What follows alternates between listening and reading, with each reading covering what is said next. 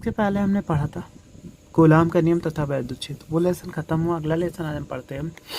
वैद्युत फ्लक्स तथा गॉस की परिमेय। वैद्युत फ्लक्स तथा गॉस की परिमेय में सबसे पहले हेडिंग घनकोण। किसी गोलीय पृष्ठ का क्षेत्रफल गोले के केंद्र पर जो कोण आंतरित करता है या बनाता है घनकोण कहलाता है। यानी मान लीजिए कोई भी पृष्ठ हो, तो ये कोई पृष्ठ होगा, इसका क्षेत्रफल ले लिए, इसके केंद्र पर, गोले के केंद्र पर जो कोण बनाता है वह उसका घनकोण कहलाता है। तो यहाँ पे इसको क्या करते हैं, ओमेगा से प्रदर्शित करते हैं। तो वही कहा गया किसी क्षेत्रफल द्वारा उसके केंद्र पर बना कोण घनकोण कहलाता है। इसको ओमेगा से, तो इसकी दूरी मान लिया आर, ये क्षेत्रफल क्या हो, डी हो गया। तो इसमें देखो माना केंद्र ओ तथा त्रिज्या आर है, यानी त्रिज्या क्या आर है, तब क्षेत्रफल अवयव डी ए, यानी छोटा हमने माना था पूरा इसका क्षेत्रफल अवयव डी ए, इसके कारण डी ए के कारण केंद्र पर आंतरिक घनकोण, तो आंतरिक घनकोण बराबर हो जाएगा डी ओमेगा बराबर D A upon R square. ये किसी का घनकोण हो जाएगा। तो कहा गया किसी गोले के केंद्र पर उसके क्षेत्रफल द्वारा बना कोण घनकोण कहलाता है। तो डी ओमेगा बराबर डी ए। अब इसमें अगर हम संपूर्ण निकाल लें तो ये कहा गया गोले के संपूर्ण पृष्ठ द्वारा गोले के कोण पर आंतरिक या गोले के केंद्र पर आंतरिक कोण, तो केंद्र पर आंतरिक कोण हो जाएगा, इसी का समाकलन कर दीजिए। ये समाकलन D omega 1 upon R square D हो जाएगा।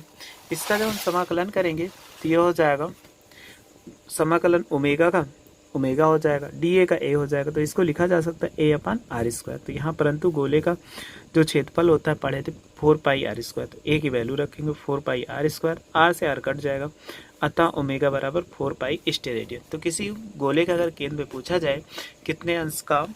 घनकोण बनता है तो 4 पाई, अर्थात इसको गुणा करा देंगे 18 चौक 72 720 डिग्री, यानी यहाँ पे 4 गुणे 18, तो 18 चौक 72 720 डिग्री का किसी गोले के कारण उसके केंद्र पर कोण बनता है। अब इसको देखिए, ये प्रक्षेप की स्थिति, यानी इस स्थिति में दिया गया है कि इस स्थिति में जैसे ये दिया गया तो इस स्थिति को हम कैसे लिख सकते हैं, तो प्रक्षेप। अब ये गोला था, इस स्थिति में था, ऐसे कटा हुआ था, लेकिन अगर देखा जाए छायांकित भाग तो डी ए कॉस थीटा, यानी इसको सीधा हम अगर कर दें तो यहाँ पे इसका जो हो जाएगा प्रक्षेप, तो ये प्रक्षेप का हो जाएगा डी ए कॉस थीटा। तो इसको लिख सकते हैं हम माना पृष्ठ का प्रक्षेप, तो डी ए कॉस थीटा द्वारा आंतरिक घनकोण, तो डी ओमेगा बराबर हो जाता है D A cos theta upon R square, D A cos theta upon R square. तब यहाँ देखो अभी पढ़ा गया था कि इनके बीच, तो डी ए कॉस थीटा हम इसमें ऐसे लिख सकते हैं एन वेक्टर, इनका एकांक सदिश एन कैप चाहे लिख दे चाहे एन वेक्टर लिख दे, तो ये हो जाएगा D A dot N cap बटे आर स्क्वायर। ये किसी केंद्र द्वारा, ये गॉस की परिमेय आवश्यकता होगी, इसलिए याद कर लीजिएगा। आगे देखिए वैद्युत फ्लक्स। वैद्युत फ्लक्स कह रहा है वैद्युत क्षेत्र में स्थित किसी काल्पनिक पृष्ठ पर वैद्युत फ्लक्स उस पृष्ठ से होकर गुजरने वाली वैद्युत बल रेखाओं की संख्या की माप होती है। यानी किसी भी काल्पनिक पृष्ठ हो, उससे गुजरने वाली वैद्युत फ्लक्स, उस पृष्ठ से होकर गुजरने वाली वैद्युत बल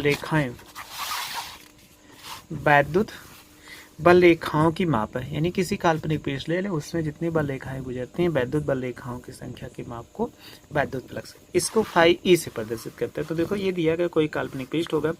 ये बल रेखा ऐसे निकल रही,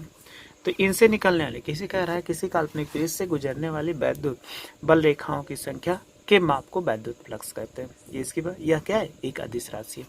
आगे देखिए मान ले जाए कि कोई डी ए अवयव की स्थिति है, यानी ये क्या है, कोई पृष्ठ है जिसके डी ए अवयव से गुजर रहे हैं, तो ये डी ए हो गया, पर इससे वैद्युत क्षेत्र ई वेक्टर है, यानी वैद्युत क्षेत्र ई वेक्टर है, तो इसके स्केलर गुणन, यानी हमने मान लिया किसी कोई पृष्ठ ले लिया गया ये,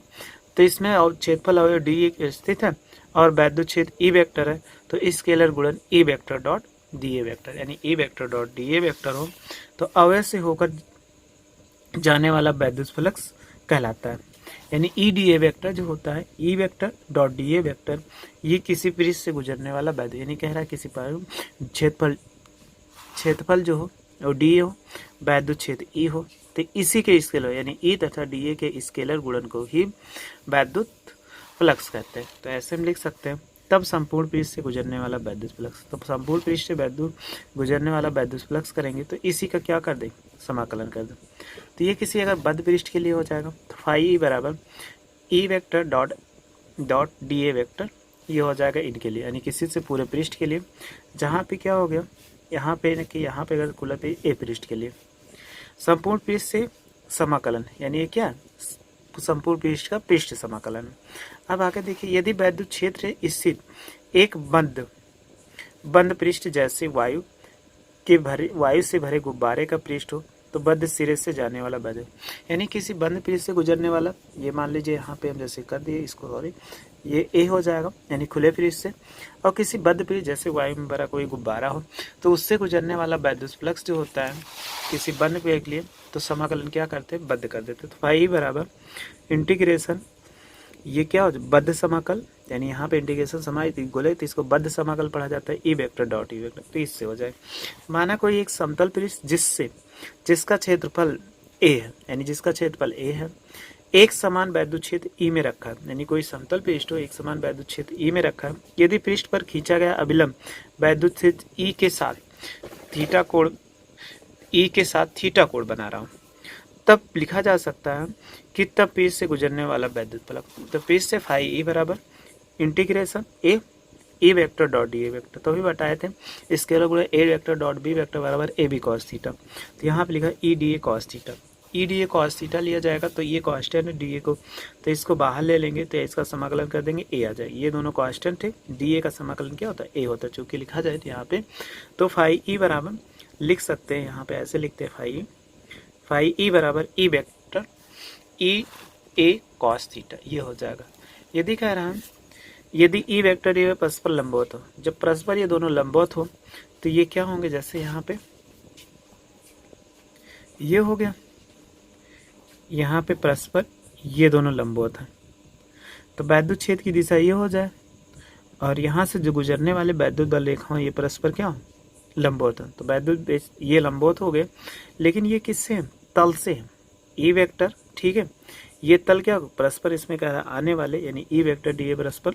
लंबवत हो, जब लंबवत होते हैं तो इनके बीच का कोण क्या, यानी क्षेत्रफल ये हो जाएगा, तो ये दोनों एक दूसरे की दिशा में और डी ए हो जाएगा, तो यहाँ पर इनके बीच का कोण क्या 0 डिग्री, जब 0 डिग्री हो जाए तो फाई ई बराबर ई कॉस ई ए हो जाएगा, यानी इसमें।